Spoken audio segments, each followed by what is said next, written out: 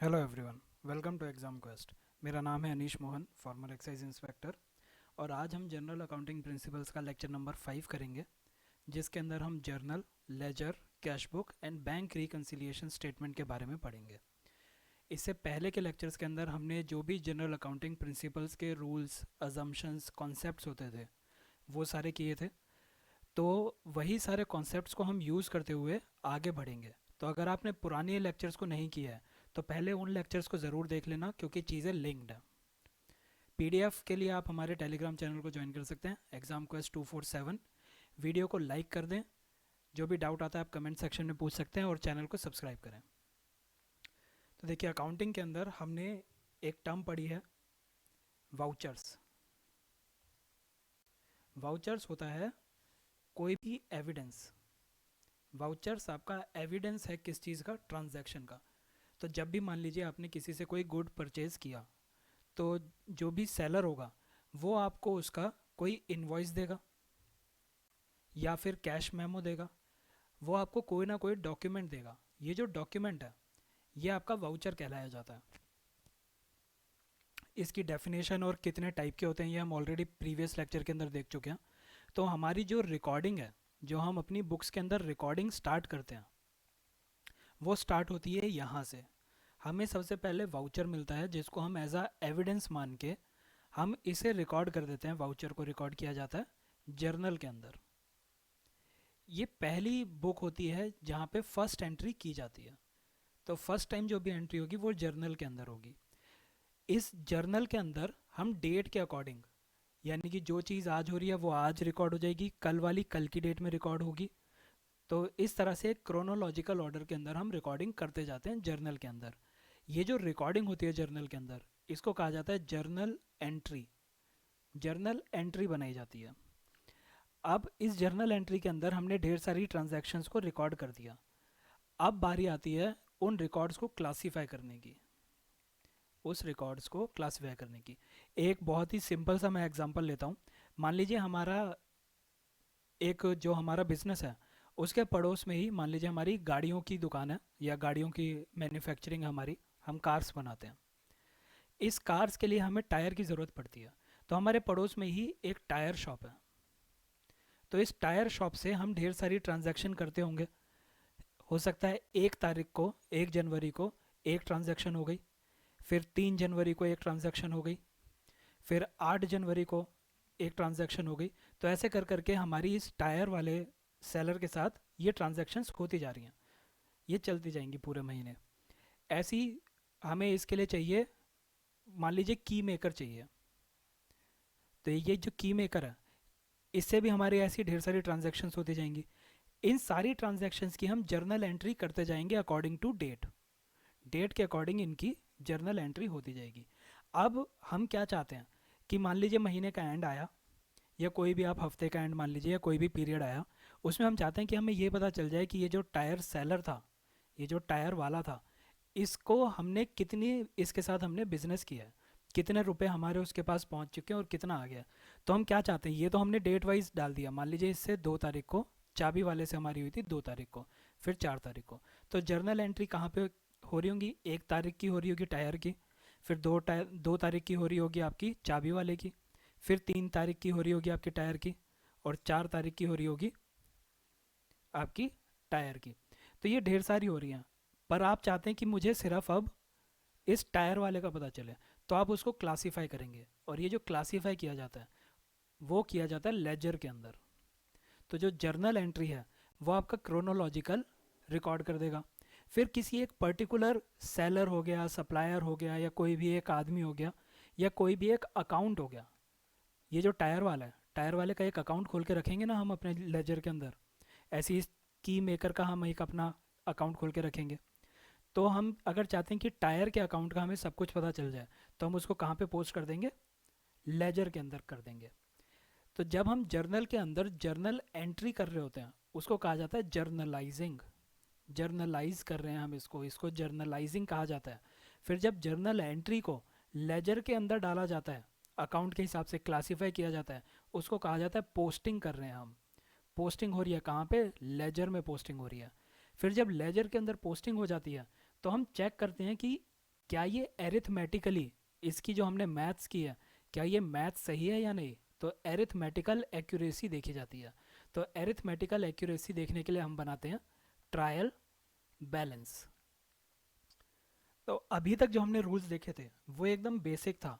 अब से हम देखेंगे कि जर्नल कैसे बन रहा है, फिर लेजर के अंदर पोस्टिंग कैसे हो रही है, कितने टाइप्स की बुक्स होती हैं जो एक फर्म, एक बिजनेस ऑर्गेनाइजेशन अपनी मेंटेन करके रखता है। फिर उसी बुक के अंदर एक अलग से हमें बुक पढ़नी है कैश बुक, पेटी कैश बुक, वो देखेंगे।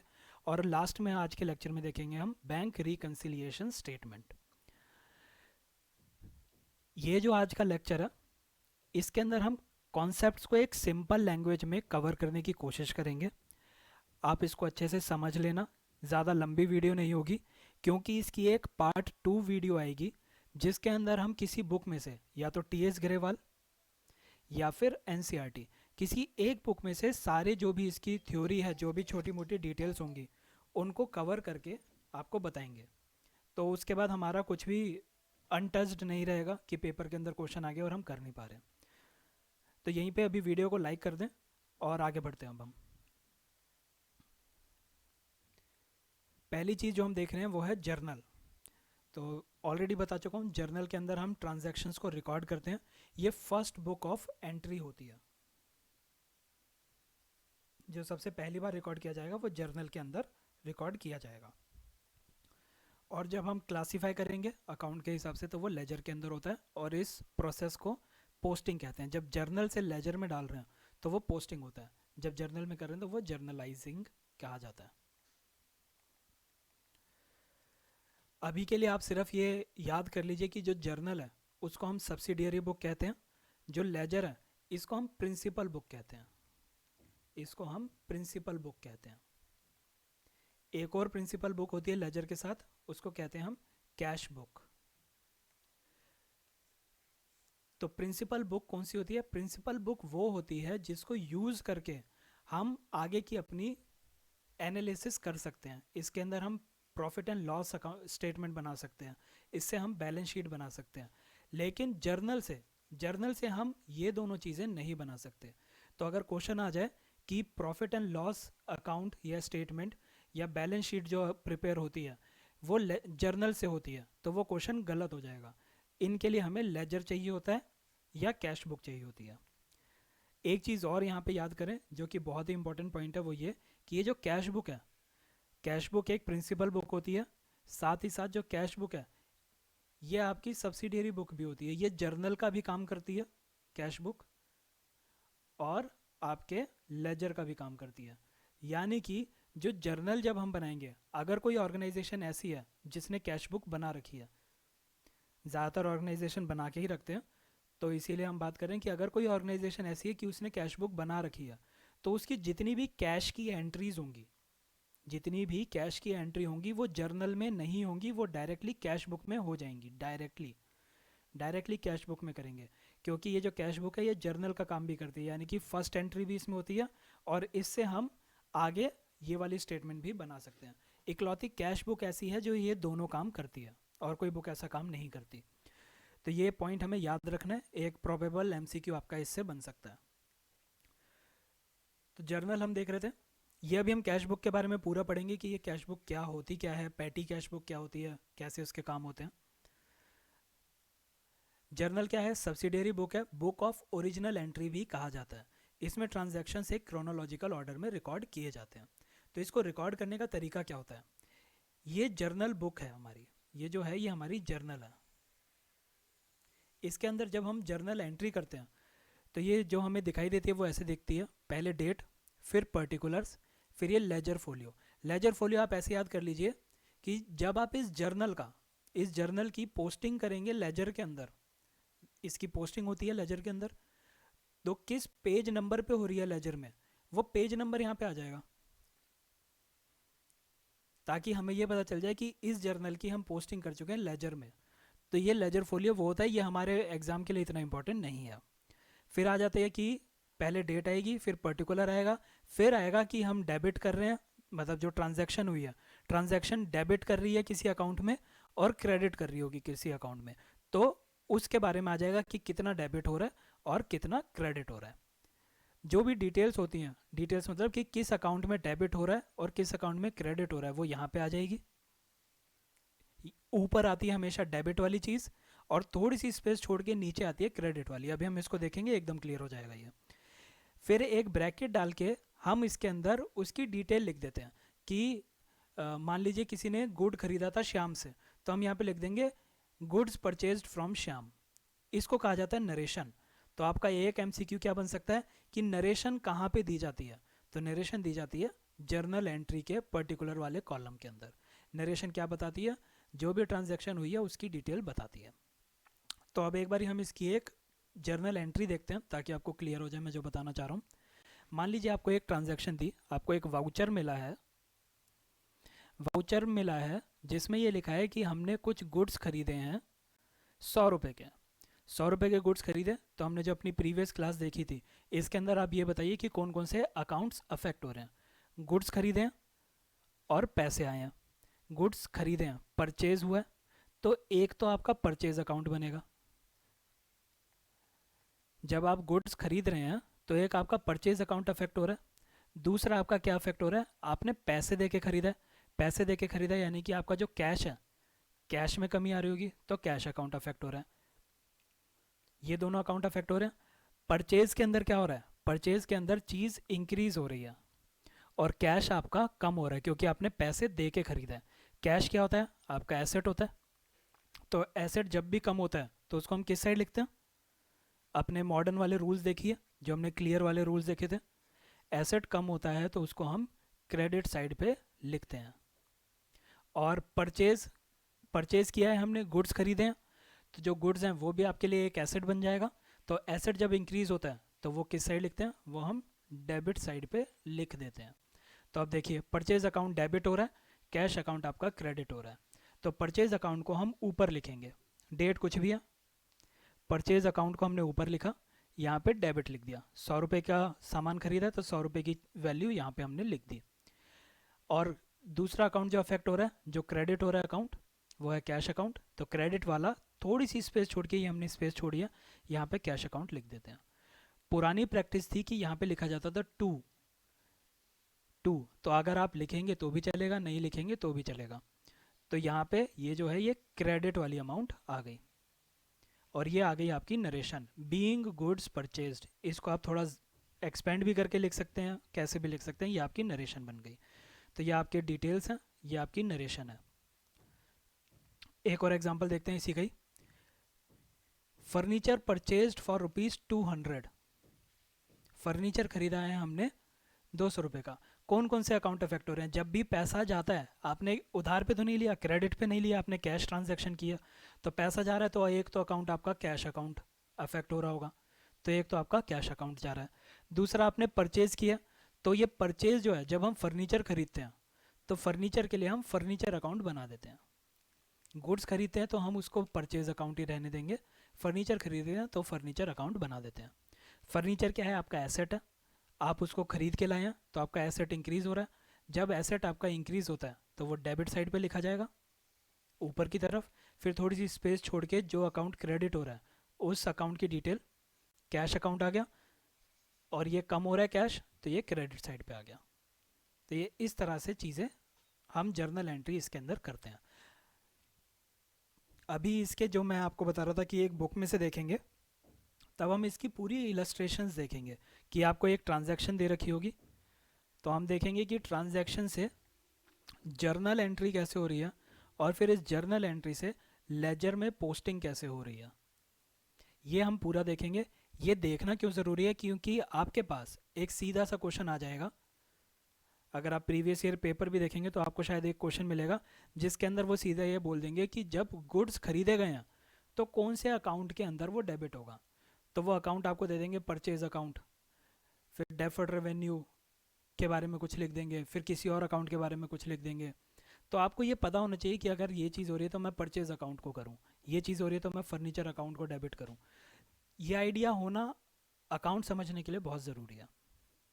अगला देखते हैं लेजर में पोस्टिंग। लेजर में पोस्टिंग कब होगी, जर्नल के बाद लेजर में पोस्टिंग होती है। ट्रायल बैलेंस क्यों बनाते हैं हम, ट्रायल बैलेंस बनता है एरिथमेटिक एक्यूरेसी के लिए।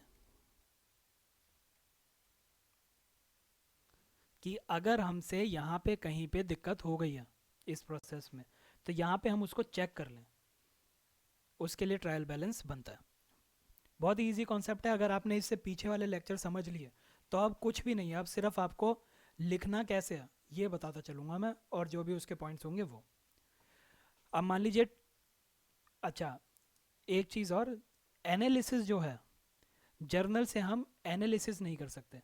तो जर्नल जो है वो एनालिटिकल नहीं होता, एनालिटिकल जर्नल नहीं होता। इसीलिए मैं यहाँ पे बक्सा बना के क्रॉस मार रहा हूँ कि ये नहीं होता एनालिटिकल। एनालिटिकल क्या होगा? लेजर। लेजर एक एनालिसिस में काम आएगा।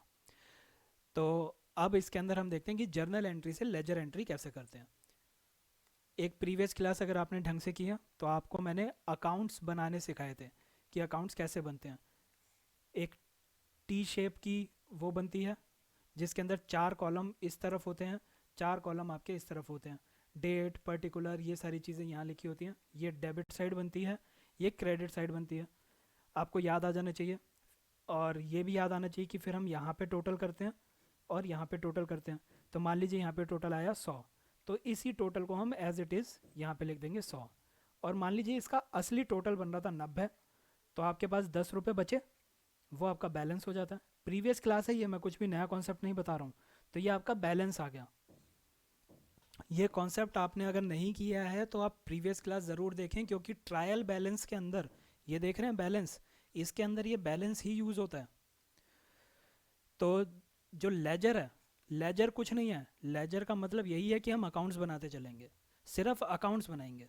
अब देखिए क्या हो रहा है यहाँ पे। एक ट्रांजैक्शन ले लीजिए, गुड्स वर्थ 10,000 वर सोल्ड, ठीक है। तो फिर से वही देखिए कि कितने अकाउंट अफेक्ट हो रहे हैं। पहले तो आपने सेल किया, देखिए पहले जब आप परचेज कर रहे थे तो आपके कैश अकाउंट से पैसा जा रहा था। अब आपने सेल किया तो आपके कैश अकाउंट के अंदर पैसा आ रहा होगा। तो एक तो आपका कैश अकाउंट अफेक्ट हो रहा है। दूसरा क्या आपका अफेक्ट हो रहा है, उसमें आपने परचेज की थी तो आपका परचेज अकाउंट अफेक्ट हो रहा था। इसके अंदर आपने सेल्स किया, तो सेल्स किया, जब परचेज की थी तो परचेज अकाउंट अफेक्ट हो रहा था। जब सेल करोगे तो सेल अकाउंट अफेक्ट होगा। अभी तक तो कोई डाउट नहीं होना चाहिए, अगर है तो अभी के अभी पूछें कमेंट के अंदर। और अगर आपको लगता है कि प्रीवियस क्लास आपने सही से नहीं पढ़ी है, जो आपके मॉडर्न रूल्स थे वो नहीं किए हैं, तो उसको प्लीज़ एक बारी ढंग से कर लीजिए, क्योंकि उसके बिना आगे समझ में आना बहुत ही मुश्किल है। तो अब देखिए ये 2 अकाउंट हमने आइडेंटिफाई कर लिए जो अफेक्ट हो रहे हैं। तो अब देखिए 2 अकाउंट कौन कौन से देखे हमने, कि एक तो कैश अकाउंट अफेक्ट हो रहा है। कैश अकाउंट कैसा अकाउंट है, जो हमने प्रीवियस क्लास में किया था वही सेम चीज़ कर रहे हैं। कैश अकाउंट कैसा अकाउंट है? एसेट वाला अकाउंट है, ठीक है जी। दूसरा अकाउंट कौन सा अफेक्ट हो रहा है? दूसरा अकाउंट आपका अफेक्ट हो रहा है सेल्स वाला। सेल्स, सेल्स आप किसकी करोगे? अपने गुड्स की सेल्स करोगे, वो क्या होते हैं? वो भी एसेट होते हैं, ठीक है जी। 2 एसेट अफेक्ट हो रहे हैं। कैश अकाउंट के अंदर आपका पैसा आ रहा है, यानी कि ये इंक्रीज हो रहा है। तो जब भी एसेट इंक्रीज होते हैं तो उसको हम किस साइड पे लिखते हैं? एसेट जब भी इंक्रीज होगा तो उसको लिख देंगे हम डेबिट साइड पे। यहाँ पे सेल्स हो रही है, सेल्स के अंदर आपके गुड्स जा रहे हैं, आपका सामान जा रहा है। तो मान लीजिए पहले आपके पास सामान पड़ा था 100 रुपये का, आपने 10 रुपये का वो सामान बेच दिया। 10 रुपये का सामान बेच दिया तो आपके पास सामान कितने का बचा? 90 रुपये का ही सामान बचा ना। ये जो सेल्स हो रही है ये गुड्स की हो रही है। पहले आपके पास गुड्स 100 रुपये के थे, अब आपने 10 रुपये की सेल कर दी, यानी कि 10 रुपये का सामान आपने बेच दिया। तो अब आपके पास सामान की वैल्यू कम हो जाएगी। तो जब आपके एसेट की वैल्यू कम होती है तो उसको हम किस साइड पे लिखते हैं? क्रेडिट साइड पे। तो इसकी जर्नल एंट्री क्या बनेगी? पूरी टेबल नहीं बनाई है मैंने, एक सिंपल तरीके से लिखा है कि आपका जो कैश अकाउंट है, कैश अकाउंट आपका डेबिट हो रहा है 10,000 रुपये से, थोड़ी सी स्पेस छोड़ के मैंने लिखा है आपका सेल्स अकाउंट आपका क्रेडिट हो रहा है 10,000 रुपये से। यह आपकी बन गई जर्नल एंट्री। अब जर्नल एंट्री के बाद हमें लेजर में पोस्टिंग करनी है। लेजर में पोस्टिंग क्या होती है? जैसा मैंने बताया, लेजर के अंदर कुछ नहीं करना है, लेजर के अंदर आपको सिर्फ अकाउंट्स बना देने हैं। तो यहाँ पे आपको पता है 2 अकाउंट अफेक्ट हो रहे हैं, तो आपको लेजर के अंदर 2 अकाउंट देखने हैं, 2 अकाउंट बनाने हैं। तो अकाउंट कैसे बनता है? वही टी शेप, इधर 4 कॉलम, इधर 4 कॉलम, यहाँ पे डेबिट साइड की चीज़ें आएंगी, यहाँ पे क्रेडिट साइड की आएंगी। तो वैसे ही हम बनाएंगे। देखिए कैश अकाउंट का लेजर में देखते हैं। Cash account T shape diagram भी बोलते हैं इसको। तो ये कैश अकाउंट का हम अकाउंट बना रहे हैं लेजर के अंदर। 4 कॉलम आपके आएंगे डेबिट साइड पे, ये 4 कॉलम आएंगे आपके क्रेडिट साइड पे। ऐसे लिखा होता है डेट पर्टिकुलर, ये जर्नल फोलियो है, तो जो जर्नल का पेज नंबर होगा वो यहाँ आ जाएगा, नॉट वेरी इंपॉर्टेंट। यहाँ पे अमाउंट, ऐसे ही क्रेडिट साइड पे हो जाएगा। तो ये वाली जो हमारी ट्रांजैक्शन थी हमने कैश अकाउंट का बनाया है, सिर्फ हम इस ट्रांजैक्शन को देख रहे हैं अभी। ठीक है, तो कैश अकाउंट के अंदर हम क्या लिखेंगे? कैश अकाउंट के अंदर क्या हो रहा है? डेबिट हो रहा है, तो डेबिट साइड पे हमने 10,000 रुपये लिख दिए। कितने? 10,000 डेबिट हो रहे थे ना, तो डेबिट कॉलम में हमने 10,000 रुपये लिख डाले। अब ये जो 10,000 रुपये हैं, हमें ये भी तो लिखना पड़ेगा लेजर के अंदर। मान लीजिए आपने एक लिस्ट बना दी है और आप अपने पापा को दे रहे हैं कि देखिए मैंने लेजर बना दी है, और आप उम्मीद कर रहे हैं कि तुम्हारे पापा समझ जाएं कि ये जो 10,000 रुपये डेबिट हुए हैं ये किस वजह से डेबिट हुए हैं। तो आप क्या लिखेंगे कि ये जो डेबिट हुआ है ये किस वजह से हुआ है? क्योंकि हमने कुछ सेल की थी। कैश अकाउंट के अंदर हमें ये बताना पड़ेगा कि 10,000 रुपये क्यों आए हैं, क्योंकि हमने सेल की थी। तो वो वाली डिटेल आप यहाँ पे लिख देंगे। कैश अकाउंट में आप बताएंगे कि ये 10,000 रुपये क्यों आए, सेल्स की वजह से आए, तो पर्टिकुलर में टू सेल्स अकाउंट आ गया। ये टू ऐसे ही लिखा जाता है, इसलिए टू है। इसको आप लिटरल अंग्रेजी वाला टू मत लेके चलना। तो आपके ये 10,000 रुपये हो गए। ऐसे ही आपका जो दूसरा अकाउंट बनेगा, वो कैसा बनेगा? दूसरा अकाउंट आपका बनेगा सेल्स का। ये वाला अकाउंट बनेगा आपका सेल्स का। इसे थोड़ा डार्क कलर ले लूँ ताकि अलग से डिस्टिंग्विश हो जाए। हाँ, अगला जो आप लेजर के अंदर पोस्टिंग करेंगे वो किसकी करेंगे? सेल्स अकाउंट के अंदर पोस्टिंग करेंगे। तो ये आपने बना दिया सेल्स का, टी शेप अकाउंट बना रहे हैं आप सेल्स का। ये आपकी डेबिट साइड है, ये क्रेडिट साइड है। तो अब आप देखें सेल्स में क्या हो रहा है? सेल्स अकाउंट के अंदर 10,000 रुपये क्रेडिट हो रहे हैं, तो आप क्रेडिट साइड पे 10,000 रुपये लिख दो। अब आप ये चाहते हैं कि मेरा ये लेजर कोई देखे तो उसको समझ में आ जाए कि ये 10,000 रुपये क्रेडिट क्यों हुए हैं। तो आप इसके अंदर लिख देंगे ये 10,000 रुपये जो क्रेडिट हुए हैं वो कैश अकाउंट की वजह से हुए हैं, तो ये कैश अकाउंट की एंट्री यहाँ पे। अगर समझ में नहीं आया तो आप ऐसे याद कर लीजिए कि जब कैश अकाउंट बनाएंगे तो पर्टिकुलर में नीचे ये सेल्स अकाउंट की डिटेल आ जाएगी, और जब आप सेल्स अकाउंट बनाएंगे तो डिटेल्स में कैश की आ जाएगी। क्यों आएगी ये मैं आपको बता चुका हूँ, क्योंकि आप ये चाहते हैं लिंक बना रहे। अगर कोई कैश अकाउंट देख रहा है तो उसको ये पता चल जाना चाहिए कि 10,000 रुपये आए कहाँ से हैं, तो वो पर्टिकुलर में देखेगा अच्छा सेल्स अकाउंट से आए, यानी कि कोई सेल हुई होगी। ऐसे ही जब सेल्स अकाउंट के अंदर कोई देखेगा कि अच्छा 10,000 रुपये क्रेडिट हुए थे, ये क्रेडिट क्यों हुए, तो वो देख लेगा अच्छा कैश अकाउंट के अंदर कुछ ट्रांजैक्शन हुई थी जिसकी वजह से हमने जो सेल की थी उसके 10,000 रुपये कैश अकाउंट की वजह से कैश अकाउंट में गए थे, तो वो यहाँ पे देख लेगा। तो दोनों के अंदर लिंक बन गया। ये अब हम कर क्यों रहे हैं? ये हम इसलिए कर रहे हैं कि ये जो कैश है, कैश अलग अलग तरीक़ों से आ सकता है। हो सकता है एक बार उसने सेल कर दिया हो सकता है फिर उसके बाद कहीं और से कुछ पैसा आ गया हो, ठीक है, फिर कुछ और पैसा आ गया हो, ऐसे कर करके उसके पैसे आते जा रहे हैं। फिर किसी ने चेक जमा कर दिया हो, चेक जमा कर दिया, तो जो चेक भी होता है उसको भी हम कैश मानते हैं। अभी के लिए बस इतना याद कर लो, चेक भी जो है वो कैश है। तो वो आ गया। तो ये ढेर सारी चीज़ें आपकी आ गई जर्नल के अंदर, तो ये क्रोनोलॉजी के अंदर लिखा होगा। फिर हम क्या करते हैं, जर्नल से सारी की सारी जो भी कैश अकाउंट की डिटेल्स हैं उनको एक जगह पे इकट्ठा करके इस अकाउंट में डाल देते हैं। मैं इसको एक बार रब करके आपको फिर से दिखाता हूँ।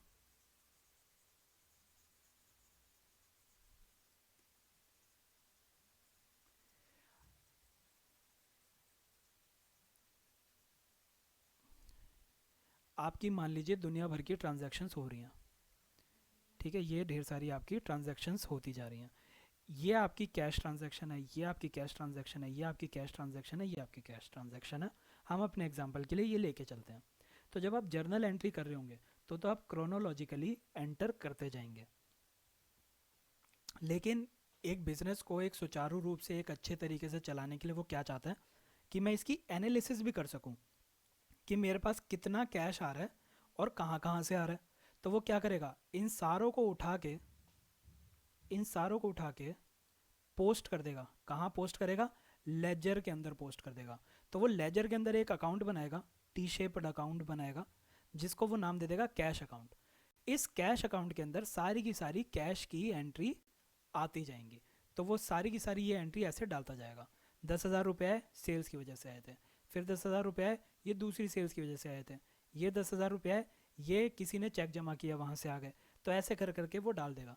तो कल को उसको अगर अपने कैश के बारे में कुछ भी जानना है तो वो सीधा इस एंट्री को उठाएगा, इस अकाउंट को उठाएगा और उसकी सारी डिटेल्स निकाल लेगा। आई होप ये समझ में आया होगा। अब देखते हैं लेजर को क्लोज कैसे करते हैं। तो इसके लिए मैं आपको दोबारा से नहीं बता रहा हूँ, क्योंकि ये मैं आपको एक प्रीवियस क्लास के अंदर बैलेंसिंग बता चुका था। तो एक बार आप उसको दोबारा से देखना कि क्रेडिट बैलेंस क्या होता है, डेबिट बैलेंस क्या होता है। प्रीवियस लेक्चर में हमने इसको अच्छे से किया है, जैसे हमने उसके अंदर किया था वही प्रोसेस है। देखिए लेजर है तो अकाउंट ही ना, और ये चीज़ में हमने अकाउंट को बैलेंस करना सीखा था, तो वही चीज़ है। इसके अंदर क्या देखते हैं, ये टी शेप्ड आपने बना लिया, ये डेबिट साइड है, ये क्रेडिट साइड है। तो आप यहाँ पे टोटल करेंगे, यहाँ पे टोटल करेंगे, आप देखेंगे कि किस साइड की अमाउंट ज़्यादा है। मान लीजिए आपके क्रेडिट साइड की जो अमाउंट थी ये ज़्यादा थी, ये मान लीजिए 5,000 थी। तो आप आंख बंद करके इसको यहाँ पे ट्रांसफ़र कर दो, 5,000 लिख दो। क्रेडिट जो है वो ज़्यादा है डेबिट से, तो डेबिट की अमाउंट कितनी थी? मान लीजिए ये अमाउंट थी 3,000 रुपये। तो अब क्या बचा?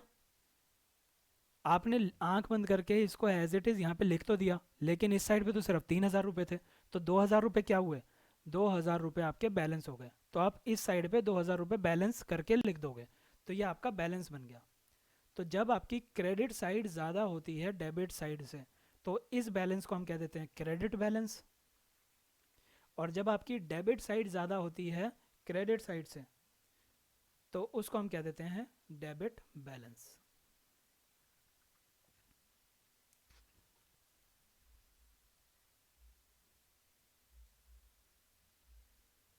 ये हो गया। तो ट्रायल बैलेंस कैसे बनता है? ट्रायल बैलेंस बहुत ही ईजी है। इसके अंदर आप एक सीधा एग्जांपल देखिए। मान लीजिए आपने ऐसे ढेर सारे अकाउंट बना के ढेर सारे अकाउंट्स बनाए थे, और उन अकाउंट्स के आपने सारे क्रेडिट बैलेंस और डेबिट बैलेंस को नोट कर लिया, सारे के सारे। तो आप क्या करेंगे, एक ऐसी टेबल बनाएंगे, ये आपकी सीरियल नंबर है, यहाँ पे आप पर्टिकुलर्स लिख देंगे या डिटेल्स लिख देंगे। ठीक है, अभी इस डिटेल्स को भूल जाओ। जितने भी आपके क्रेडिट बैलेंस हैं उनको आप एक जगह लिख दो, जितने आपके डेबिट बैलेंस हैं उनको एक जगह लिख दो, फिर इनको ऐड कर दो। जो साइड बड़ी होगी, मान लीजिए ये साइड यहाँ पे आया हमारा 10,000, ये भी 10,000, मान लीजिए ये इसकी जगह 4,000 कर लेते हैं। सिर्फ हम अपने एग्जाम्पल के लिए इसको 4,000 कर रहे हैं। तो ये 10,500 आया, और ये कितना है? 10,000। तो पहले तो हम एज इट इज़ इसको कॉपी कर लेंगे। तो ये आ गया 10,500 आ गया। ये पर कितना बन रहा है? ये 10,000 ही बन रहा है। तो ये 500 रुपये का क्या करेंगे? 500 रुपये को हम यहाँ पे ऐसे बैलेंस करके 500 रुपये लिख देंगे। ये जो 500 रुपये हम लिख रहे हैं, इससे हम अपनी ट्रायल बैलेंस को इक्वल कर रहे हैं।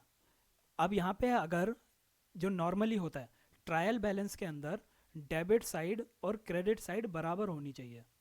तो जो ये सारे के सारे क्रेडिट बैलेंस और डेबिट बैलेंस है, इनको जब हम ऐड करेंगे तो ये बराबर आने चाहिए। अगर ये बराबर आ गए तो आपकी एरिथमेटिकल एक्यूरेसी हाई है, मतलब सही है, आपका जो मैथ्स आपने किया है वो सही है। अगर ये बराबर नहीं आए तो फिर कुछ ना कुछ गड़बड़ हुई है आपकी मैथ्स के अंदर, तो आप वो बैलेंस देख लेंगे। ठीक है, जैसे हम अकाउंट को कर रहे थे बिल्कुल वैसे ही ट्रायल बैलेंस के अंदर कर रहे हैं।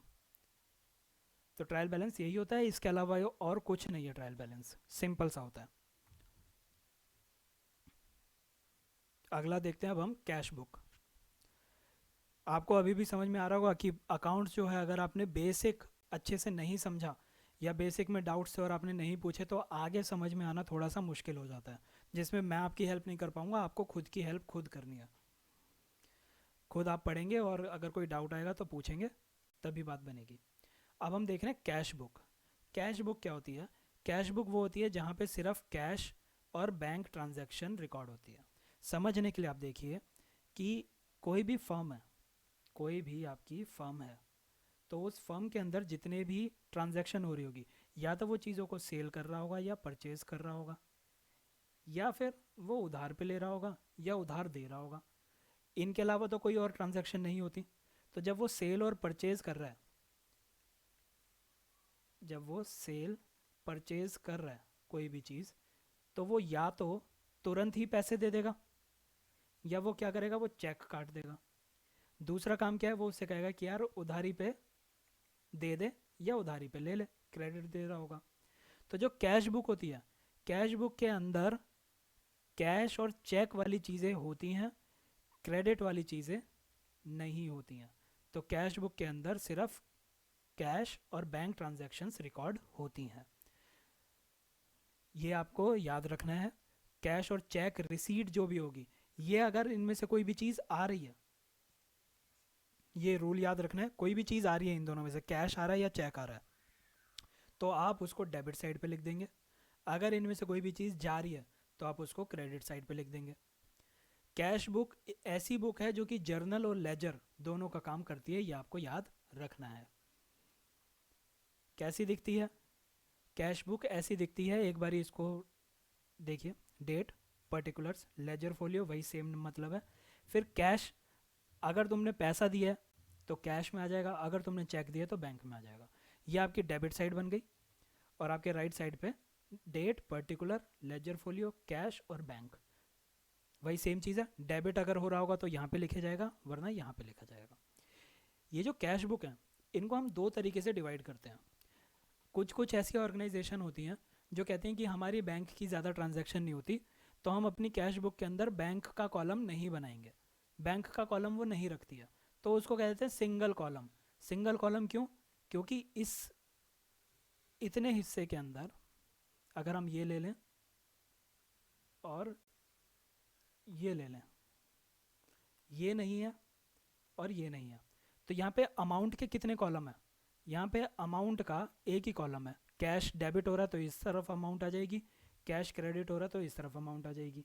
तो ये सिंगल कॉलम है, क्योंकि सिंगल अमाउंट, अमाउंट का कॉलम, अमाउंट का कॉलम सिंगल है। डबल के अंदर क्या हो जाएगा?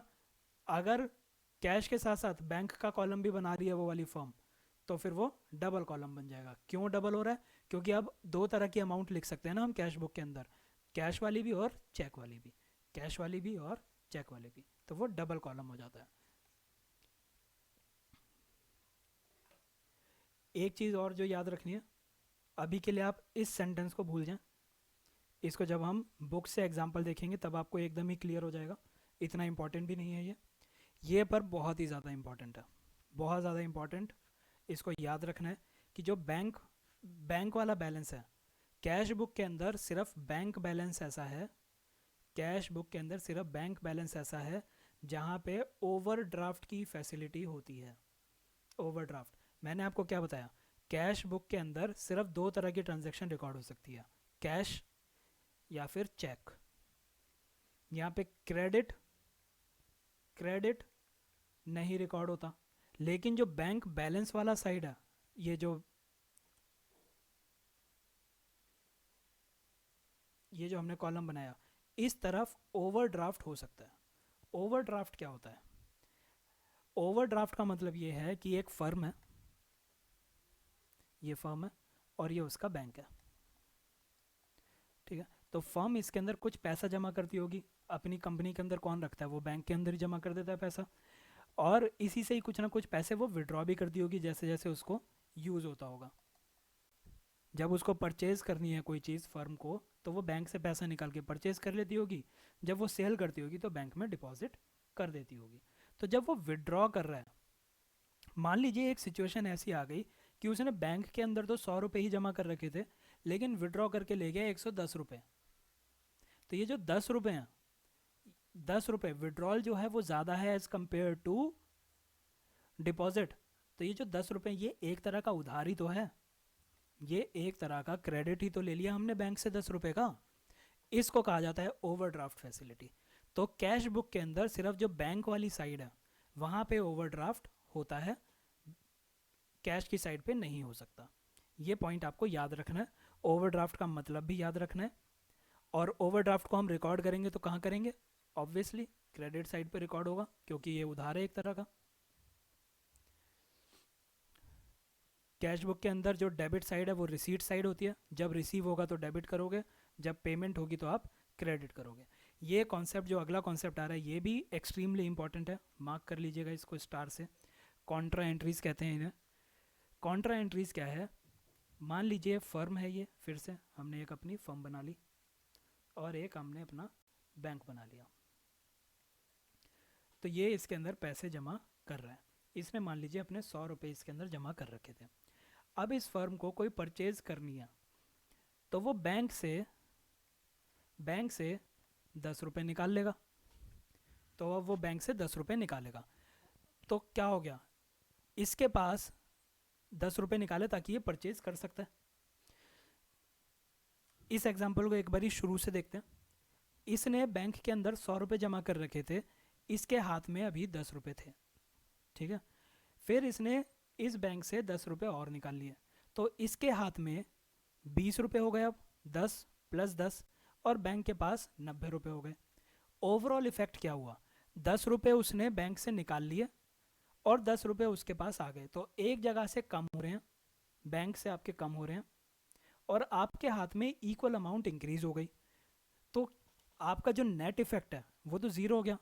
ऐसी चीज़ों को कहा जाता है कॉन्ट्रा एंट्रीज। एक बारी फिर से देखिए। अब ट्रांजैक्शंस जो कि दोनों कैश को भी अफेक्ट कर रही है और बैंक को भी अफेक्ट कर रही है।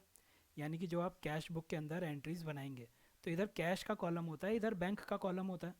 तो आपके पास पहले 10 रुपये थे, ठीक है, और बैंक के अंदर आपके 100 रुपये थे।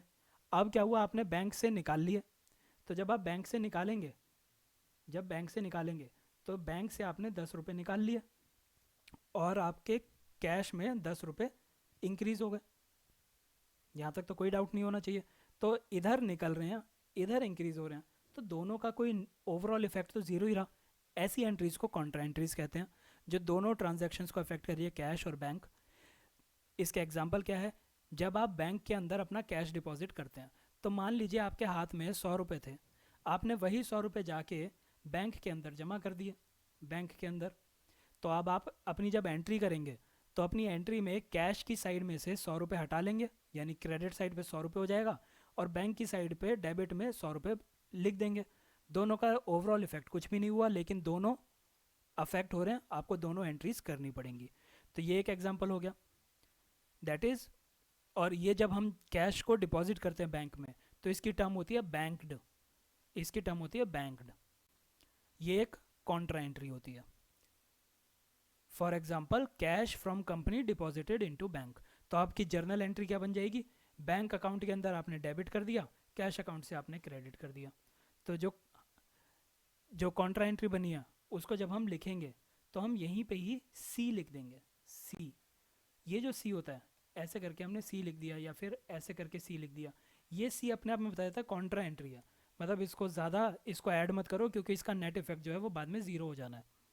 तो in contra entry C is mentioned in LF column. दूसरा एग्जाम्पल क्या है कॉन्ट्रा एंट्री का? कैश विड्रॉ कर लिया बैंक से, तो बैंक से विड्रॉ कर लिया तो बैंक का तो क्रेडिट हो जाएगा। मान लीजिए 100 रुपये विड्रॉ किए थे, तो बैंक से 100 रुपये क्रेडिट हो जाएंगे और आपके कैश वाली साइड पे 100 रुपये डेबिट हो जाएंगे। अब ये पॉइंट एक्सट्रीमली इंपॉर्टेंट है। कॉन्ट्रा एंट्री आपने देख ली, पैसे निकालने को कॉन्ट्रा एंट्री कहते हैं। लेकिन अगर वो ड्राइंग्स हो रही हैं, इसकी डेफिनेशन हम बहुत बार देख चुके हैं। अगर वो ड्राइंग्स हो रही है, यानी कि ओनर ने अपने पर्सनल यूज़ के लिए पैसा निकाला है बैंक से, तो उसको हम कॉन्ट्रा एंट्री नहीं बोलेंगे, वो कॉन्ट्रा एंट्री नहीं होती। किसी और चीज़ के लिए हो रहा है तो ठीक है, पर्सनल यूज़ है तो वो कॉन्ट्रा एंट्री नहीं है। अगला देखते हैं हम चेक रिसीव्ड का कॉन्सेप्ट क्या होता है। ये टॉपिक भी इंपॉर्टेंट है, आप क्वेश्चन इसमें से पूछा जा सकता है, काफ़ी अच्छा टॉपिक है ये।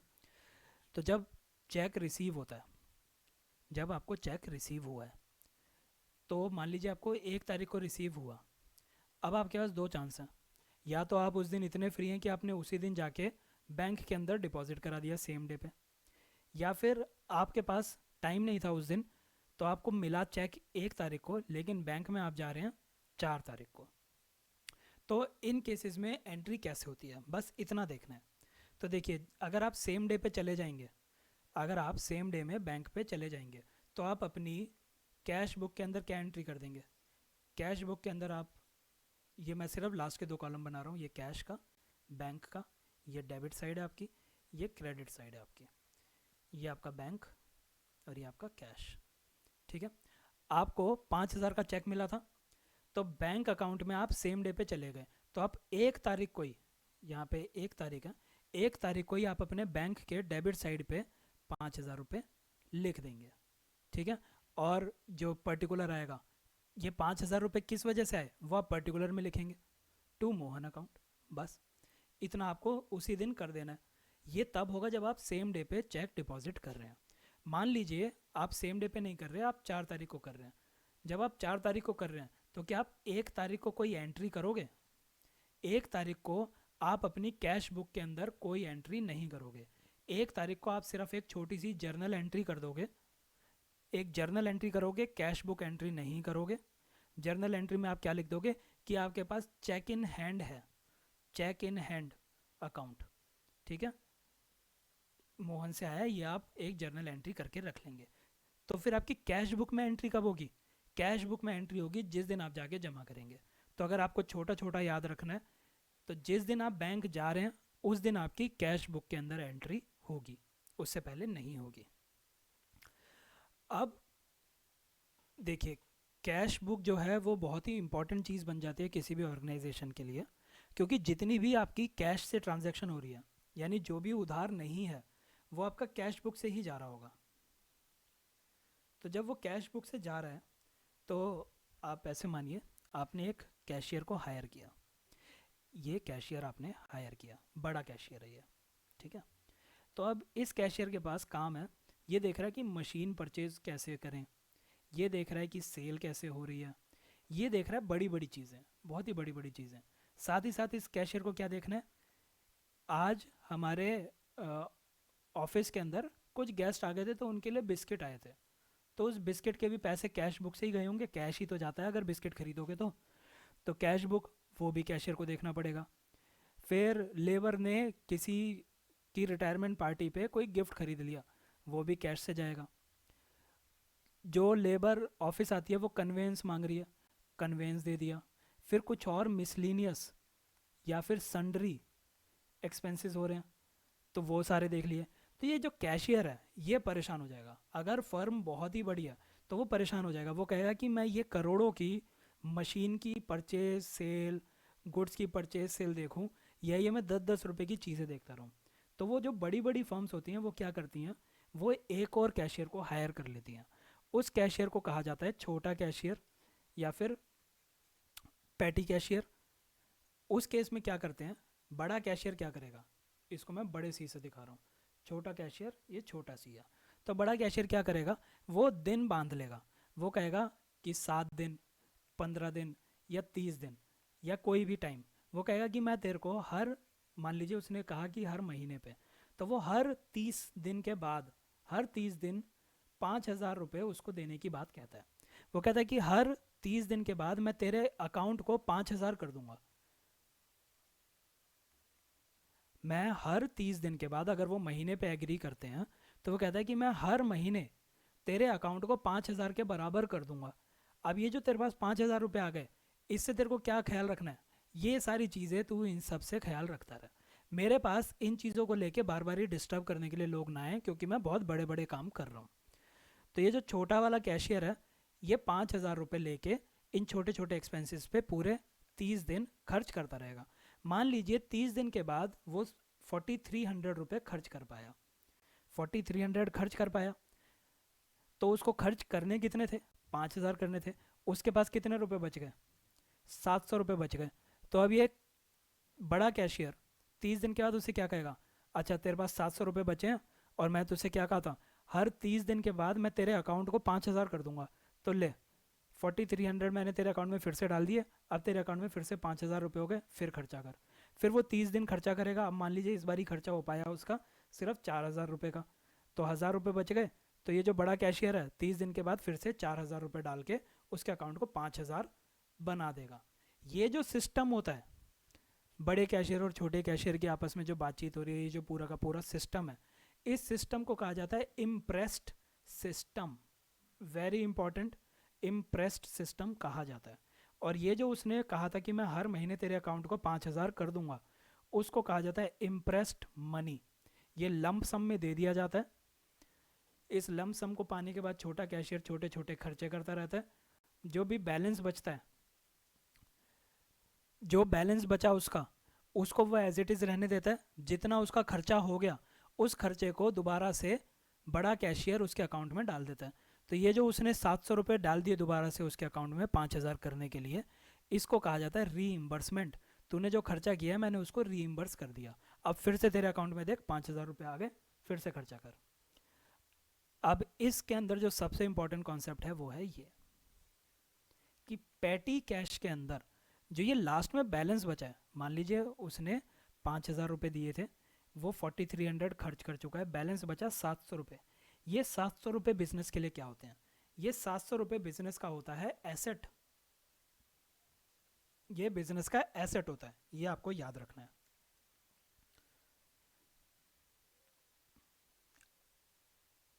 इसकी एंट्री कैसे होती है? तो जर्नल एंट्री कैसे होती है इसकी?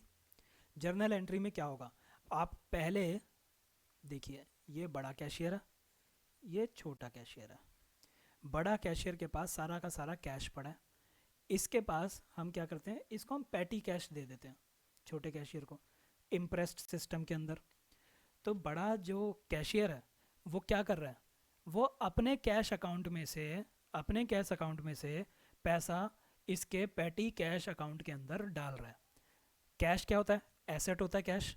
एसेट यहाँ से कम हो रहा है, तो एसेट जब कम होता है, एसेट जब कम होता है तो उसको हम क्रेडिट साइड पे लिखते हैं। एसेट जब इंक्रीज हो रहा होता है तो उसको हम डेबिट साइड लिखते हैं। मॉडर्न रूल्स हैं, फिर से रिवाइज कीजिए। तो यहाँ पे क्या हुआ, जो कैश अकाउंट है वो क्रेडिट हो जाएगा, जो पैटी कैश अकाउंट है वो डेबिट हो जाएगा। डेबिट वाली चीज़ें ऊपर लिखते हैं। तो पैटी कैश अकाउंट डेबिट 5000 रुपये से, टू कैश अकाउंट क्रेडिट 5000 रुपये से। ठीक है, अब ये तो एक एंट्री हो गई। अब मान लीजिए इस छोटे कैशियर ने इस पैटी कैश अकाउंट में से कुछ कुछ खर्चा करना चालू कर दिया। मान लीजिए उसने 700 रुपये खर्च कर दिए। तो अब क्या हो रहा है, उसने पैटी कैश अकाउंट से पैसा खर्च किया है। तो यानी कि पैटी कैश अकाउंट से कैश कम हो रहा है, कैश एसेट है, एसेट का एसेट कम हो रहा है। तो जब भी एसेट कम होता है तो वो क्रेडिट साइड पे लिख दिया जाता है। और ये जो 700 रुपये हैं, 700 रुपये क्या हो रहे हैं, ये खर्चा हो रहा है, छोटा छोटा खर्चा है। इस खर्चे को हम कहते हैं पैटी एक्सपेंस। तो इसका बनता है पैटी एक्सपेंस अकाउंट। तो उसको कैसे लिखा जाएगा, पैटी एक्सपेंस अकाउंट डेबिट हो गया 700 रुपये से, और पैटी कैश अकाउंट क्रेडिट हो गया 700 रुपये से। जो बैलेंस बचा उसको हम ये लिख देते हैं, ये जो बैलेंस है ये आपका एसेट बन जाता है। इस तरह से आपकी ये जर्नल एंट्री हो जाती है।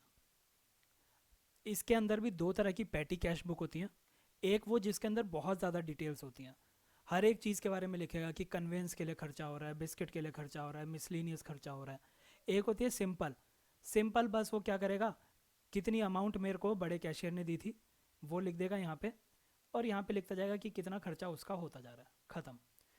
एनालिटिकल के अंदर वो एक चीज़ और ऐड कर देगा, वो यहाँ पे अलग अलग से कॉलम और बना देगा कि कन्वेंस पे कितना हुआ, फिर बिस्किट पे कितना हो गया, फिर मिसलिनियस पे कितना हो गया, ऐसे कर करके तो वो एनालिटिकल बन जाएगी। और कुछ नहीं है इसके अंदर।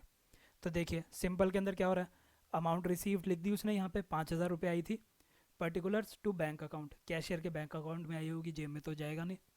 अब यहाँ पे वो लिख देगा खर्चा, तो ये उसने सारा का सारा खर्चा लिख दिया, ये आ गया उसका सारा खर्चा 3300 रुपये तक।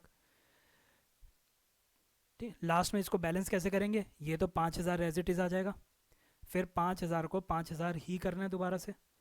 तो इन सब को ऐड करके, इन सब को ऐड करके इसमें से माइनस करेंगे, वो आपका बैलेंस बच जाएगा। जैसे हम अकाउंट बैलेंस करते हैं बिल्कुल सेम तरीका है। ठीक है, इसको कहा जाता है जब अगली बार, अगली जब एंट्री होगी तो हम ये जो उसका बैलेंस बचा, ये बैलेंस क्या होता है, बैलेंस क्या चीज़ है, बैलेंस एसेट है ना फर्म का। तो इसको बैलेंस को हम इस तरफ लिखेंगे और हम लिख देंगे बैलेंस ब्रॉट डाउन पिछले पीरियड से, यानी कि अगर हम महीना ले रहे हैं तो पिछले महीने का ये बैलेंस बचा था, ये हमारे लिए एसेट बन चुकी है, तो मैं इसको नीचे ले आया हूँ अपनी ट्रांजैक्शन में दिखाने के लिए। प्लस में इतने रुपए मेरे को रीइम्बर्स करने हैं, तो उसने इतने रुपए और रीइम्बर्स कर दिए, और यहाँ पे लिख देंगे कैशियर के बैंक अकाउंट में चले गए, कैश अकाउंट। ठीक है, ये बैलेंस ब्रॉट डाउन किया जाता है क्योंकि अब अगली बार भी तो दिखाना है। अगली बार हम उसको पूरे 5,000 रुपये थोड़ी दे रहे हैं, हम तो सिर्फ डिफरेंस दे रहे हैं, लेकिन हमें इस साइड पे 5,000 करने हैं। तो 5,000 कैसे होगा, जो पिछला बैलेंस बचा था वो लिख दो, जो दे रहे हो वो लिख दो, फिर यहाँ पे 5,000 करेंगे। यहाँ पे बैलेंस ढूंढेंगे कि बैलेंस कितना है, मान लीजिए 100 रुपये हो गए, तो अगली जर्नल एंट्री में नीचे जब ले जाएंगे तो लिखेंगे 100 रुपये बैलेंस ब्रॉट डाउन, ऊपर से नीचे आया। ये एनालिटिकल पेटी कैश बुक है, सब कुछ सेम है, बस इसके अंदर हर एक चीज़ की एक डिटेल लिख देते हैं। स्टेशनरी पे इतना खर्च हुआ, कन्वेंस पे इतना हुआ, सन्ड्री एक्सपेंसेस इतने हुए, सबका फिर टोटल भी कर देते हैं, और कोई डिफरेंस ज़्यादा नहीं है। ये जो टॉपिक है बुक्स ऑफ अकाउंट, ये आपको याद हो जाए इसलिए बार बार मैं दिखाना चाहता हूँ चीज़ें। तो आप बुक्स ऑफ अकाउंट जो है ये हम करेंगे बुक से, बहुत ही ईजी टॉपिक है ये, लेकिन काफ़ी इंपॉर्टेंट टॉपिक है। अभी आप सिर्फ इसको देख लीजिए कि क्या होता है। दो तरह की आपकी बुक्स हैं, principal books, subsidiary book. Principal books वो होती हैं जिससे हम अपना ट्रायल बैलेंस बना सकते हैं, प्रॉफिट एंड लॉस स्टेटमेंट बना सकते हैं, बैलेंस शीट बना सकते हैं। ये एनालिटिकल होती हैं, एनालिटिकल होती हैं। और इसके वो क्या है, ledger and cash book. Subsidiary book कौन सी होती है, सब्सिडियरी बुक वो होती है जहाँ पे ओरिजिनल एंट्री होती है, पहली बार एंट्री हो रही है। वो कौन सी होती है ओरिजिनल वाली, वो होती है आपकी जर्नल। जो आपकी कैश बुक है वो दोनों की तरह काम कर सकती है, जर्नल भी और सब्सिडियरी भी। अच्छा, अगर आपका कभी कोर्ट में केस हो गया, कोर्ट में केस हो गया, तो आप एविडेंस के तौर पे किसको पेश करेंगे। कोर्ट केस अगर हो जाए तो एविडेंस के तौर पे जर्नल को पेश किया जाता है, क्योंकि जर्नल के अंदर हर एक डिटेल लिखी होती है, कहाँ से आया, कितना आया, किस डेट को आया, कैसे आया। जबकि लेजर के अंदर हम कैश अकाउंट के अंदर ढेर सारी सिर्फ कैश की ट्रांजैक्शन लिख देते हैं, इतनी डिटेल्स में नहीं होता। तो जो जर्नल है, जर्नल फर्स्ट रिकॉर्डिंग होती है, इसलिए इसको हम एविडेंस के तौर पे यूज़ कर सकते हैं। तो सब्सिडियरी बुक्स कौन सी हैं, बुक्स ऑफ ओरिजिनल एंट्री कहते हैं, जैसे कि जर्नल। इसके अंदर ट्रांजैक्शन पहली बार रिकॉर्ड की जाती है और इस प्रोसेस को जर्नलाइजिंग कहा जाता है। तो जो आपके जर्नल्स हैं ये हमें डिटेल में थोड़ा सा पढ़ना है, मतलब सबके बारे में एक एक दो दो लाइनें हैं जो हम सीधा बुक से देखेंगे, ज़्यादा कुछ नहीं है इसके अंदर, पर आपको याद रहे इसलिए मैं ऐसे यहाँ पे दिखाना चाह रहा हूँ कि एक तो जर्नल प्रॉपर होता है और एक स्पेशल जर्नल होता है। जर्नल प्रॉपर का दूसरा नाम होता है जनरल जर्नल, तो ये थोड़ा सा टंग ट्विस्टर सा हो जाता है, जर्नल प्रॉपर। और ये होता है special journal books. Special journal books जो होती हैं वो किसी एक ही पर्पज़ के लिए बनाई जाती हैं, जैसे परचेज़ के लिए एक बनेगी, परचेज़ रिटर्न के लिए, सेल्स के लिए, फिर सेल्स रिटर्न के लिए, बिल पेएबल के लिए, बिल रिसीवेबल के लिए। तो ये स्पेशलाइज्ड बुक्स होती हैं। जो भी ट्रांजैक्शन इन बुक्स में से किसी में भी नहीं आती उसको हम डाल देते हैं जर्नल प्रॉपर के अंदर। जो ट्रांजैक्शन इनमें किसी में भी नहीं आ सकती वो आ जाएगी जर्नल प्रॉपर के अंदर। डेफिनेशन में हम क्या लिखते हैं, जो भी रेयर ट्रांजैक्शंस होती हैं या इम्पॉर्टेंट ट्रांजैक्शंस होती हैं जो इनके अंदर नहीं लिख सकते, वो सारी जर्नल प्रॉपर के अंदर आ जाती हैं। इसी वजह से इसको मिसलीनियस जर्नल भी कहा जाता है। तो इसके अंदर ये सारी चीज़ें आती हैं जो आपको याद रखनी है, opening entries, closing entry, rectification entries, transfer, adjusting entries, dishonour of bills, ये सारे हमें पढ़ने हैं, एक एक दो दो लाइनें हैं, ज़्यादा कुछ नहीं है इसके बारे में, हम सीधा बुक से देखेंगे, पर ये आपको याद रखने वाली चीज़ें मैंने लिख के दे दी हैं।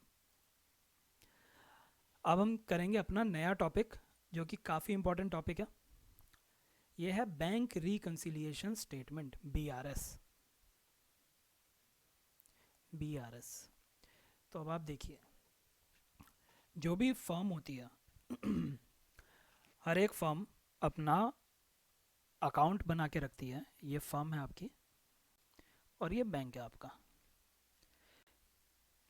तो ये जो फर्म है, ये फर्म बैंक के अंदर कुछ पैसा डालती भी होगी और बैंक से कुछ पैसा निकालती भी होगी, और हर एक ट्रांजैक्शन की वो डिटेल, हर एक ट्रांजैक्शन की डिटेल को वो कहीं ना कहीं रिकॉर्ड करती होगी।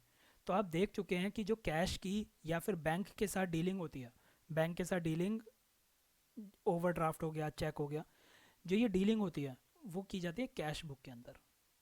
अभी इस टॉपिक के लिए जहाँ पे भी मैं सी बी लिखूंगा उसका मतलब होगा कैश बुक। तो ये जो फर्म है, फर्म हर एक ट्रांजैक्शन को कैश बुक में रिकॉर्ड करेगी।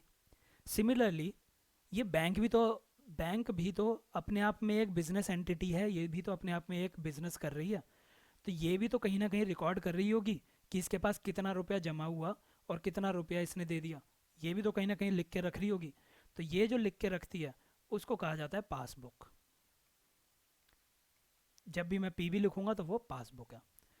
तो अब क्या होता है, फर्म ने अपनी कैश बुक बना रखी है, बैंक ने अपनी पासबुक बना रखी है। एक आइडियल सिचुएशन क्या कहती है कि जितनी भी कैश बुक के अंदर बैंक से रिलेटेड चीज़ें लिखी होंगी वो बराबर होगी जितनी भी पासबुक के अंदर चीज़ें लिखी हैं। मान लीजिए अगर हमारी कैश बुक में लिखा है कि मैंने 100 रुपये जमा किए, 200 रुपये निकाले, फिर 100 रुपये जमा किए, मेरा बैलेंस ज़ीरो होना चाहिए। तो पासबुक भी ऐसे ही दिखाना चाहिए कि मेरे पास 100 रुपये आए थे, 200 रुपये मैंने दे दिए, फिर 100 रुपये दोबारा से आए, बैलेंस ज़ीरो है। दोनों बराबर होने चाहिए। पर कभी कभी ऐसा हो जाता है कि ये बराबर नहीं होते, ये दोनों बराबर नहीं होते। तो उस केस में ये जो डिफरेंस आता है उस केस में हम बैंक रिकन्सिलिएशन स्टेटमेंट बनाते हैं। बीआरएस ये होती है। बीआरएस कौन बनाता है? बैंक नहीं बनाता, ये फर्म बनाती है। ये इंपॉर्टेंट चीज़ है। दोनों बराबर होने चाहिए आइडियल सिचुएशन में। अगर सब कुछ सही है तो ये दोनों बराबर होंगे, पर किसी वजह से, वो अभी हम देखेंगे कि किस वजह से ये मिसमैच होता है, ये जो अंतर आता है वो किस वजह से होता है। तो उस केस में बीआरएस बनेगी जो कि फर्म बनाएगा। अब देखिए, बैंक के अंदर बैंक के अंदर ये चीज़ आपको वैसे भी पता होगी कि बैंक के अंदर जो भी चीज़ें डिपॉजिट हो रही हैं वो बैंक के लिए क्या होती है? वो बैंक के लिए लायबिलिटी होती है। वो बैंक को लायबिलिटी है क्योंकि किसी ना किसी दिन उसे वापस करना है। ये चीज़ आपको याद रखनी है। चलिए अब देखते हैं बीआरएस क्या है। बीआरएस को प्रिपेयर किया जाता है डिफरेंस को रिकंसाइल करने के लिए। ये जो डिफरेंस है किसके बीच में होगा? ये होता है तुम्हारे bank column of cash book, जो कैश बुक के अंदर बैंक कॉलम था वो, और बैंक की पासबुक। तो ये जो है इन दोनों के बीच में अगर कोई डिफरेंस है तो उसको रिकंसाइल करने के लिए जो फर्म है वो रिकंसिलिएशन बीआरएस बनाती है। ये मैं बता चुका हूँ, लाइबिलिटी होती है। बीआरएस कौन बना रहा है? बैंक बनाएगा या फर्म बनाएगी? फर्म बनाएगी। कस्टमर किसका? बैंक का कस्टमर। डिफरेंस जो है वो क्यों हो रहा है? डिफरेंस दो ही चीज़ों की वजह से हो सकता है। टाइमिंग डिफरेंस है या फिर कोई एरर हो गया रिकॉर्डिंग में। टाइमिंग डिफरेंस क्या होता है कि मेरे पास चेक आ तो गया, एक एग्जांपल के तौर पे मेरे पास चेक आ गया, तो जैसे ही मेरे पास चेक आएगा मैं कैश बुक के अंदर बड़े खुशी खुशी से बैंक कॉलम की डेबिट साइड पे लिख दूंगा कि मेरे को 100 रुपये आ गए। बहुत ही खुशी खुशी लिखूंगा मैं ये चीज़। लेकिन अभी तक मैंने वो चेक बैंक में जमा नहीं किया। जब बैंक में जमा नहीं किया तो बैंक को तो पता ही नहीं है ना कि पासबुक के अंदर 100 रुपये आने वाले हैं, तो बैंक ने अभी नहीं किया होगा। तो यहाँ पे ये डिफरेंस आ गया। तो बैंक के पास अभी 0 रुपये दिखा रहा है पर हमारी कैश बुक के अंदर 100 दिखा रहा है। तो ये एक डिफरेंस आ गया। ये डिफरेंस क्यों हो रहा है? टाइमिंग की वजह से हो रहा है। ऐसे ही हो सकता है कि मेरे को कैश बुक के अंदर लिखना था 100 रुपये पर मैंने लिख दिया 200 रुपये। तो जब मेरे को यहाँ पे 100 रुपये लिखना था मैंने 200 लिख दिया, लेकिन बैंक थोड़ी गलती करेगा, बैंक तो उसको 100 रुपये ही रख के चलेगा। तो बैंक के पास 100 रुपये दिखा रहा है, मेरे पास 200 दिखा रहा है, तो यहाँ पे एरर आ गया। तो ये एरर की वजह से, इन दो चीज़ों की वजह से मिसमैच होता है। ये चीज़ें बहुत ही लॉजिकल है। जब भी बैंक बैलेंस इंक्रीज होगा, आपका बैंक बैलेंस इंक्रीज हो रहा है, जब आपका बैंक बैलेंस इंक्रीज हो रहा है तो इसका मतलब क्या है? You are depositing into bank, यानी कि आप बैंक में अपना पैसा जमा कर रहे हैं। तो जब बैंक के पास पैसा डिपॉजिट होता है तो वो बैंक की क्या बनती है? बैंक की वो बैंक्स लायबिलिटी होती है वो। ठीक है। तो जब बैंक बैलेंस इंक्रीज होगा तो बैंक अपनी पासबुक में, क्योंकि वो बैंक के लिए तो लायबिलिटी है, आप बैंक के पास जमा कर रहे हैं पैसा, तो वो पासबुक के अंदर क्रेडिट साइड पे लिखेगा। लेकिन आपके लिए तो बहुत ही अच्छी चीज़ है, क्योंकि आपके बैंक के अंदर पैसा है। मान लीजिए ए ने आपकी फर्म को चेक दिया, चेक दिया 100 रुपये का, आपने उसको बैंक में जमा करा दिया, तो आपके तो जो कैश बुक बनेगी, तो आप अपने बैंक वाली साइड में डेबिट साइड पे 100 रुपये लिख देंगे। बैंक किस साइड लिखेगी? बैंक अपनी पासबुक के क्रेडिट साइड लिखेगी, क्योंकि बैंक के लिए वो लायबिलिटी है, बर्डन है, किसी ना किसी दिन उसे वापस करना पड़ेगा। आपने अगर इकॉनमी पढ़ ली है तो ये कॉन्सेप्ट आपके लिए एलियन नहीं होगा कि बैंक जो लोन देता है वो एसेट होता है बैंक का, और जो बैंक के अंदर डिपॉजिट होती हैं चीज़ें वो लायबिलिटी होती है। ठीक है, तो जब आपका बैंक बैलेंस बढ़ रहा है तो कैश बुक में आप डेबिट करेंगे और बैंक उसको पासबुक के अंदर क्रेडिट करेगा। जब आपका बैंक बैलेंस डिक्रीज़ हो रहा है तो आपका कैश बुक से क्रेडिट करेंगे। एसेट डिक्रीज़ होता है तो क्या करते हैं? क्रेडिट करते हैं। कैश क्या है? आपका एसेट है, और पासबुक के अंदर वो डेबिट हो जाएगा। Credit balance in cash book, ये क्या चीज़ होती है? जो मैंने आपको ऊपर ओवरड्राफ्ट समझाया था उसको कहा जाता है क्रेडिट बैलेंस। और डेबिट बैलेंस क्या हो जाता है? जब आप अपनी जब आपने अपने बैंक में 10 रुपये जमा करके 15 रुपये निकाल लिए, तो आप बैंक के उधार पे हैं, आप बैंक के उधार पे हैं, तो आप अपनी बुक के अंदर इसको क्रेडिट बैलेंस लिखेंगे कि मेरा इतना उधार बैलेंस है। और बैंक क्या लिखेगा? बैंक लिखेगा कि 5 रुपये मैंने दे रखे हैं, 5 रुपये मैंने दे रखे हैं, यानी कि उसका एसेट इंक्रीज हो रहा है। बैंक जब भी पैसे लोन पे देता है तो वो एसेट इंक्रीज हो रहा है, एसेट इंक्रीज हो रहा है तो डेबिट साइड पे लिखेगा। तो वो इसको क्या लिखेगा? डेबिट बैलेंस है ये मेरा, इस फर्म से मेरा डेबिट बैलेंस 5 रुपये है। तो क्रेडिट बैलेंस कैश बुक के अंदर ओवरड्राफ्ट को कहा जाता है। ये एक अनफेवरेबल चीज़ होती है, इसलिए इसको अनफेवरेबल बैलेंस कहते हैं। ऐसे ही डेबिट बैलेंस जो है, डेबिट बैलेंस को फेवरेबल कहा जाता है। डेबिट बैलेंस आपकी कैश बुक में होगा, जो आपकी कैश बुक के अंदर डेबिट बैलेंस है वो बैंक की पासबुक के अंदर क्रेडिट बैलेंस बन जाएगा। अब हम देखेंगे एग्जांपल्स की किन किन ट्रांजैक्शन से आपकी ये जो मिसमैच है वो हो रही थी। देखिए, आपने चेक इशू कर दिया, आपने किसी को पैसे देने थे और आपने चेक इशू कर दिया, लेकिन उस आदमी ने अभी तक उस चेक को बैंक में नहीं डाला है।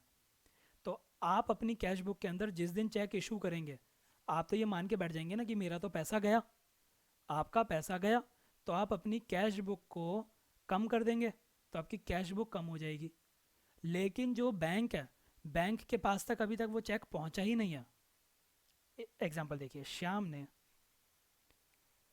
राम को 1 तारीख को चेक दे दिया, राम बैंक गया है, राम बैंक गया है 5 तारीख को। तो श्याम तो अपनी कैश बुक के अंदर 1 तारीख को ही मान लेगा ना कि मेरे तो 100 रुपये चले गए, लेकिन बैंक को नहीं पता कि श्याम के 100 रुपये चले गए, क्योंकि बैंक को पता चलेगा 5 तारीख को। तो ये जो 4 दिन का पीरियड है, इस 4 दिन के पीरियड में आपका मिसमैच रहेगा, यहाँ पे आपका मिसमैच रहेगा।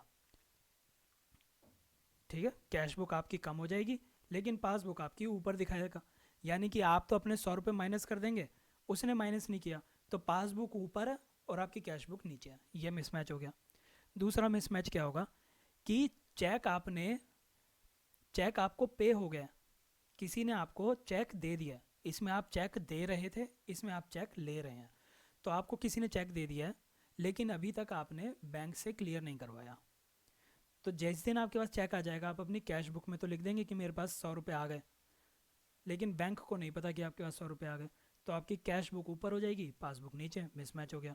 सिर्फ ये दोनों एग्जाम्पल हैं जहाँ पे टाइमिंग के डिफरेंस की वजह से इन दोनों के बीच में डिफरेंस आता है। बाकी जो सारे एग्जाम्पल हैं वो एरर की वजह से होगा। तो वो एरर किस किस तरह के होंगे? बैंक को कुछ इंटरेस्ट आपको देना था, आपके 100 रुपये जमा थे और मान लीजिए वो कोई पॉलिसी चेंज हो गई और 1% इंटरेस्ट आपको दे रही है, तो आपको 1 रुपया आपके अकाउंट में डालना है। तो बैंक क्या करेगी? 1 रुपया आपके अकाउंट में डाल देगी और अपनी पासबुक में लिख देगा कि मैंने तो सुरेश के अकाउंट में 1 रुपया डाल दिया, उसकी पासबुक 1 रुपये से बढ़ गई। लेकिन आपको तो पता ही नहीं है कि वो बढ़ गई है। तो आप अपनी कैश बुक में 1 रुपया नहीं इंक्रीज़ करेंगे, तो आपकी कैश बुक नीचे दिखाएगा, पासबुक ऊपर दिखाएगा। सेम बैंक ने मान लीजिए ऐसा कोई चार्ज लगा रखा है, एकदम से पॉलिसी चेंज हो गई और उसने कहा कि अब से हम 1 रुपया डिडक्ट किया करेंगे हर 100 रुपये पे। तो वो क्या करेगा, वो इस पैसे को काट लेगा, काट के पासबुक में लिख देगा कि मैंने 1 रुपया काट लिया। लेकिन आपको पता ही नहीं है कि 1 रुपया कट गया। तो आपकी कैश बुक ऊपर दिखेगी और पासबुक नीचे दिखेगी। अगला क्या है, डायरेक्टली किसी ने आपके बैंक अकाउंट में पैसे डाल दिए। कोई बहुत ही अच्छा कस्टमर था, वो कह रहा था कि भाई साहब मैं आपके पास सामान खरीदने आ रहा हूँ, लेकिन मैं कैश कैरी नहीं कर रहा, मैं ऑलरेडी पेमेंट कर चुका हूँ। तो आपकी पासबुक के अंदर जैसी वो पेमेंट कर चुका होगा, बैंक आपकी पासबुक के अंदर डाल देगा। लेकिन आपको पता ही नहीं था कि वो कस्टमर इतना अच्छा था कि उसने कर दिया। तो आपकी, सॉरी ये मैंने उल्टा बता दिया। ये वाला देखिए, डायरेक्ट कस्टमर ने पेमेंट कर दिया इन टू द बैंक, तो उसने डायरेक्ट पेमेंट कर दी, तो आपकी पासबुक इंक्रीज़ हो जाएगी। लेकिन आपको नहीं पता कि आपकी पेमेंट आ चुकी है, तो आप अपनी कैश बुक में कोई भी एंट्री नहीं करेंगे उस तब तक, तो आपकी कैश बुक नीचे दिखेगी। सिमिलरली आपके बैंक ने, मान लीजिए आपने कोई किसी से रेंट लिया था और तुमने अपने बैंक को बोल दिया कि ऑटोमेटिकली पैसे काट लेना, हर महीने पैसे काट लेना। तो बैंक क्या करेगी, ऑटोमेटिकली तुम्हारे पैसे काट लेगी और पासबुक में लिख देगी कि मैंने पैसे काट लिए, पर तुम्हें पता ही नहीं कि पैसे कट गए। तो तुम्हारी कैश बुक ऊपर दिखेगी, पासबुक नीचे दिखेगी। तुम्हें किसी ने चेक दिया, तुम बड़े खुश हो गए कि अरे मेरे पास पैसे आ गए, और तुमने अपनी कैश बुक के अंदर लिख दिया। तुमने बैंक में जाके वो चेक जमा करा दिया। अब पता चला कि वो चेक जो है वो बाउंस हो गया, उसके अकाउंट में थे ही नहीं उतने रुपए। लेकिन तुम अपनी कैश बुक के अंदर ऑलरेडी एंट्री करा चुके हो जिस दिन तुमने चेक बैंक में डाला था। तो अब तुम्हारी कैश बुक ऊपर दिखेगी और पासबुक नीचे दिखेगी, मिसमैच आ गया। ऐसे ही तुमने चेक डिपॉजिट कर दिया, लेकिन तुम अपनी कैश बुक के अंदर उस चेक को रिकॉर्ड करना ही भूल गए। तो जब तुमने कैश बुक में रिकॉर्ड नहीं किया तो वो तो नीचे रहेगा, पर बैंक तुम्हारे पासबुक के अंदर रिकॉर्डिंग कर देगा, तो मिसमैच हो गया। ये एरर हो रहे हैं सारे के सारे। अगला एरर क्या होगा कि चेक तुमने रिकॉर्ड तो कर दिया लेकिन बैंक में जमा नहीं किया। तुमने रिकॉर्ड तो कर दिया, तो कैश बुक में तो भर दिया, लेकिन बैंक में जमा नहीं किया, तो पासबुक में नहीं आया। ऐसे ही तुम्हारी पेमेंट साइड पे तुम्हें देने थे 2,000 रुपये। 2,000 रुपये तुमने पेमेंट किया किसी आदमी को, सेल तुमने कुछ खरीदा था, 2,000 रुपये उसको दे दिए। लेकिन गलती से जब तुम लिख रहे थे तो कैश बुक में 2,000 की जगह 1,000 रुपये लिखे, 1,000 रुपये ही लिखे तुमने। पर बैंक तो ये गलती नहीं करेगा, बैंक ने तुम्हारे 2,000 काट लिए। तो अब तुम्हारा जो पासबुक है वो 1,000 रुपये से नीचे चल रही होगी तुम्हारे कैश बुक के मुकाबले। ऐसे ही जो तुम्हारे पास 2,000 रुपये आने थे, 2,000 रुपये तुम्हारे पास आने थे, पर तुमने गलती से उसको 1,000 रुपये लिखा, तो अब तुम्हारी कैश बुक नीचे चलेगी और पासबुक ऊपर चलेगी। ऐसी तुम्हें जो पेमेंट देनी थी, तुमने पेमेंट देनी थी 1,000, पर लिख दी 1,000 रुपये दे के लिख दिए 2,000।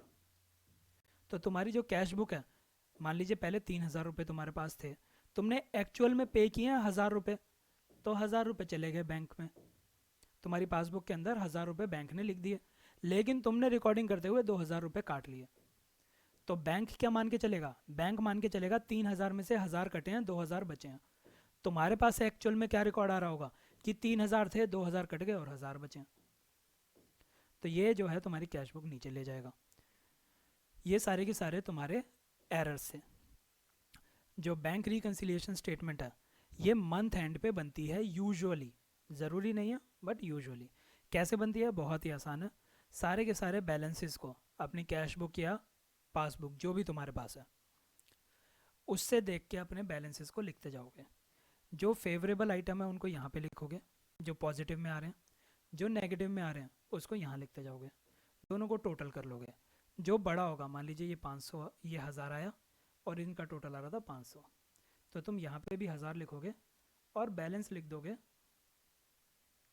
500। बैलेंस करने का यही तरीका है, हर जगह यही फॉलो होता है, ठीक है।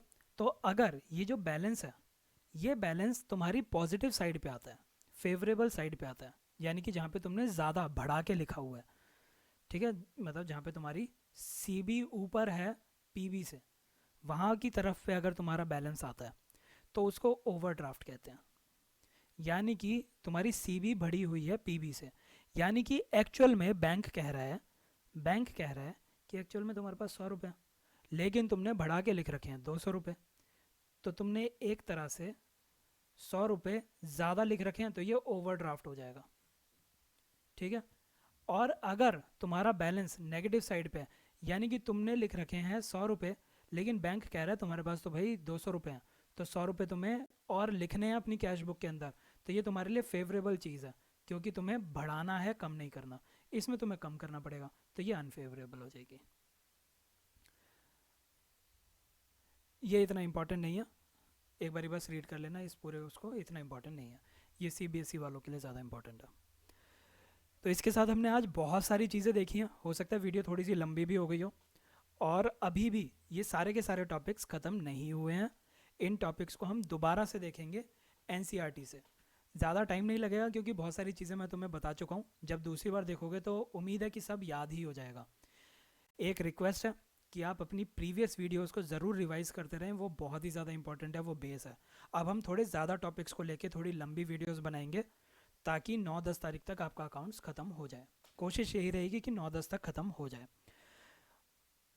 और एक बहुत ही ज़्यादा मैं आपसे उम्मीद कर रहा हूँ कि आप polity, science, computer awareness, maths, reasoning and English, ये सारी चीज़ें आप ऑलरेडी कर चुके होंगे, इनको रिवाइज करते रहें। इनके बाद आप हमारी अकाउंट्स की क्लासेस और इंडस्ट्रियल रिलेशन इनकी क्लासेस करेंगे। आपका अगर ये सब अच्छे से तैयार है और आपने ये इतना कर लिया जो हम करा रहे हैं, आपका सिलेक्शन कोई नहीं रोक पाएगा। तो वीडियो को लाइक करें, डाउट्स आप कमेंट सेक्शन में पूछें, जो भी चीज़ आपको डाउट में आ रही है आप पूछें ज़रूर, क्योंकि ये सब्जेक्ट काफ़ी टेक्निकल है। अगर आप हमारे चैनल को अभी तक आपने सब्सक्राइब नहीं किया तो इसको सब्सक्राइब ज़रूर कर लें, लोगों के साथ शेयर करें। हम और भी कंटेंट लाने की कोशिश कर रहे हैं, थोड़ा सा अभी बिजी शेड्यूल चल रहा है जिसकी वजह से डिले हो जाता है, पर धीरे धीरे ये भी ठीक हो जाएगा। तो आज की वीडियो में हम इतना ही कर रहे हैं, बाकी जो नेक्स्ट वीडियो होगी होपफुली आज रात तक आ जाएगी, नहीं तो कल सुबह आ जाएगी। उसके अंदर हम एनसीईआरटी या टीएस ग्रेवाल के इलस्ट्रेशंस देखेंगे। Thank you.